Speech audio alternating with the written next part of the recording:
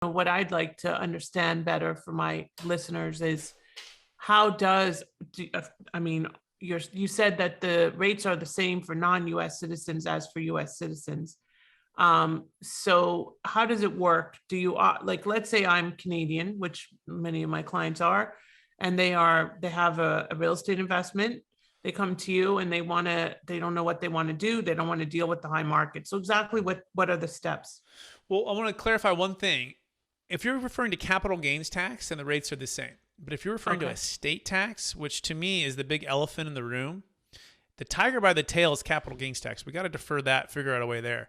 But the elephant is the estate tax. It's 40% of the total net worth. I'm going to give you a scenario to compare U.S. citizen versus a Canadian citizen, okay? Mm-hmm. So let's imagine there's two couples, okay? And one lives in Canada and one lives in the U.S.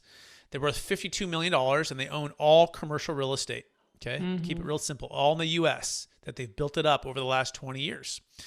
Well, one dies and gets what's called a stepped up basis, and their heirs can inherit capital gains tax free. The other one, the same thing, stepped up basis as it stands today.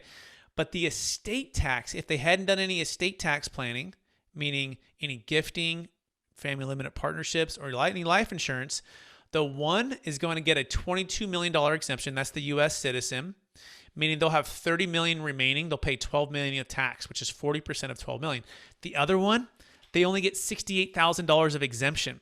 Okay, so on $52 million, they're looking at about $68,000 as an exemption. So on $59,932,000, they're going to pay $20 million. So if you're the Canadian citizen listening to this right now, and you have a large estate and you have estate tax challenges, the Deferred Sales Trust becomes your best friend because upon sale with Lauren to list and sell the properties and figure all that out, we can move all of the funds outside the taxable estate, which is going to immediately eliminate $20 million of estate tax, which is staggering, okay? That is the big thing that's a huge difference for foreign nationals versus just U.S. citizens, whereas at least the U.S. citizen has the $22 million exempt. Now, for the U.S. citizen, you're also not off the hook because guess what? In 2025, those exemptions are dropping from 22 million married to 12 million married, okay? 6 million single. We've even heard as low as 7 million married, $3.5 million single. So the intent is to get the funds outside the taxable estate. The challenge is most people can't get it out fast enough. The 1031 does not solve this. It only maintains the stepped up basis, but it doesn't deal with estate tax, which is completely separate. So the goal here is step one, you sell high, you move it outside your taxable estate, you defer the capital gains tax, okay? Then you can go buy more real estate, build that wealth up over the years. But if you die and you don't have an estate tax solution in place, it's 40% gone forever. Does that make sense, Lauren? You have just listened to another information-packed episode of Capital Gains Tax Solutions with Brett Swarts. We hope you enjoyed today's show and found it helpful.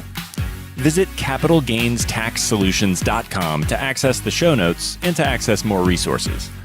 Don't forget to leave a review and join us again next time.